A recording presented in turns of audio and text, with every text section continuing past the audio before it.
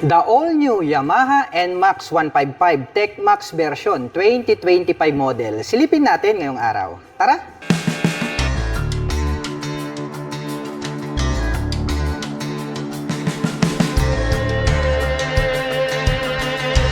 Yamaha NMAX 155 TechMax version 2025 model. Napakaastig po pala talaga ng body and design nito pong kanilang bagong Yamaha NMAX 155. Lalong-lalo na po yung pagkakadisenyo nito pong kanyang bagong headlight dahil gumagamit po ito ng dual projector lights para po rito sa kanyang main headlight. At kung inyong tititigan ito pong kanyang daytime running light, para po siyang nanlilisik na mata ng robot at nahahawig po talaga ito pong pagkakadisenyo ng kanyang muka sa Gundam. At located naman po rito ito pong kanyang mga LED na turn signals. At ito pong kanyang windshield is glossy black color po ito, malapad, at ito po ay naka-fix. Habang dito naman po sa kanyang side profile, may makikita po tayo rito na TechMax, NMAX, and then Yamaha logo and chrome color.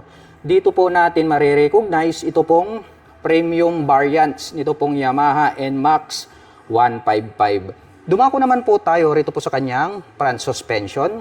Ito po ay gumagamit ng traditional telescopic fork.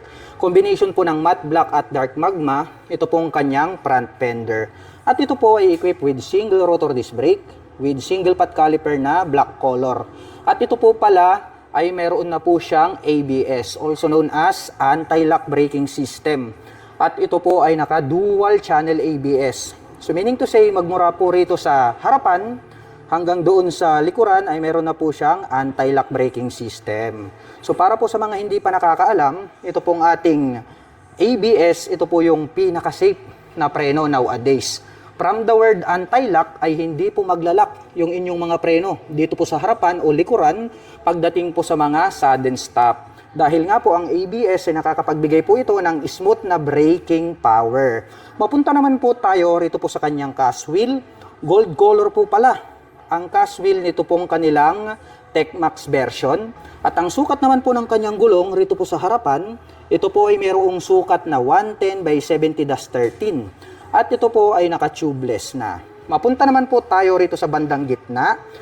Gray color po pala. Ito pong kanyang fuel tip combination with black. At ito po pala ay mayroong fuel tank capacity na 7.1 liters. At mayroon naman po itong fuel consumption na 45 km per liter. At napansin ko lang ito pong kanyang upuan, napaka-premium din po ng kanyang dating. Combination po pala ito ng black and then dark gray. At yellow color naman po yung kanyang pagkakatahi, makapal. Kaya masasabi natin na matibay.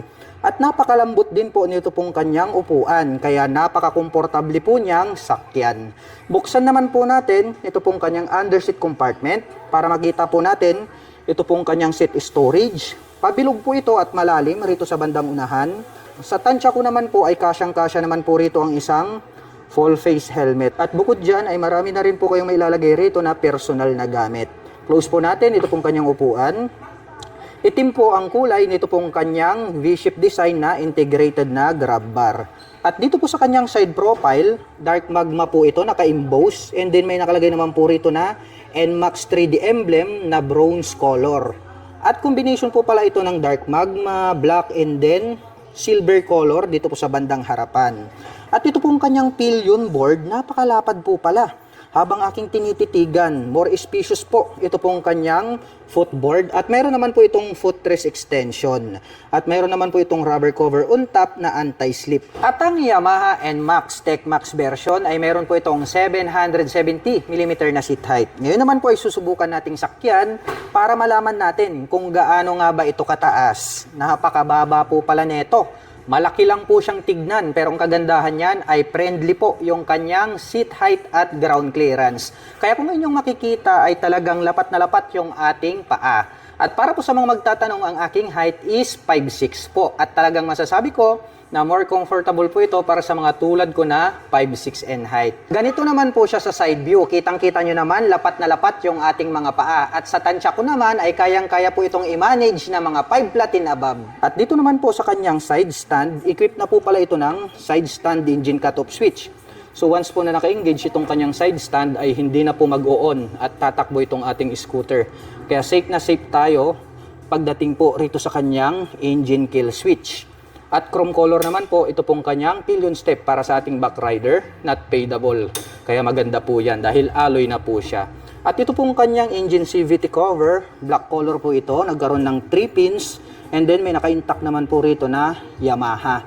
At itong kanyang engine CVT cover is may nakalagay naman po rito na YECVT, also known as Yamaha Electronic Continuous Variable Transmission.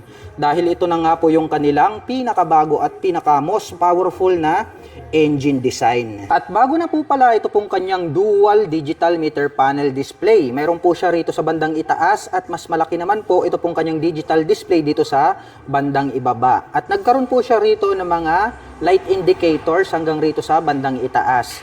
At ito naman pong kanyang handlebar ay combination po pala ito ng matte black and then gray color. At meron po tayong makikita rito na Yamaha logo rito sa bandang gitna. At pagdating naman po sa kanyang mga button selectors, mayroon po itong menu button, may high beam and low beam turn signal selectors at ang kanyang horn. May additional navigation button dito, may home at saka back button, at mayroon po itong shifter. Ito ang pinaka-interesting na specifications nitong bagong Yamaha NMAX 155. Pag-usapan po natin ito pong kanyang shifter.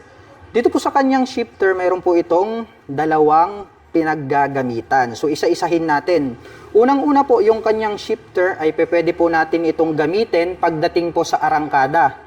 Kung halimbawa po ikaw ay paakyat ng bundok, ito pong kanyang shifter ay pwede po natin itong pindutin at magkakaroon po siya ng additional power and torque. So yung torque nakadepende, mayroon po yung level. Pwede po siyang level 1, level 2, and then level 3. Depende po sa lakas ng torque na kinakailangan mo para maakyat mo yung bundok. Yun ang kagandahan nito. At yung pangalawa naman po, pagdating naman po sa mga cornering, pwede po nating gamitin ito pong kanyang shifter as engine brake. Kung halimbawa naman po, napakabilis ng takbo mo, tapos biglang sharp corner na bigla ka, pwede mo pong pindutin yung kanyang shifter at magkakaroon po siya ng engine brake. So ito pong kanyang engine brake, meron din po siyang 3 shifting. From 1, 2, and 3, depende po kung gaano kalakas yung engine brake na kinakailangan mo para hindi po dumulas at mag-slide ito pong ating scooter pagdating po sa mga cornering. So yun po yung gamit nitong kanyang shifter. Mayroon po siyang engine brake and then additional torque. Habang dito naman po sa kabila, mayroon po itong auto stop start system, hazard button at ang kanyang electric starter. Itim naman po ang kulay nito pong kanyang mga handle grip at black color din po ito pong kanyang mga brake levers. At pagdating naman po rito po sa kanyang ignition, ito po ay gumagamit ng smart keyless system. Included na rin po pala rito yung kanyang fuel at seat opener. At located po ito rito sa bandang gitna. Combination po yan ng black and then gray color. At mayroon po pala itong 2 front pocket.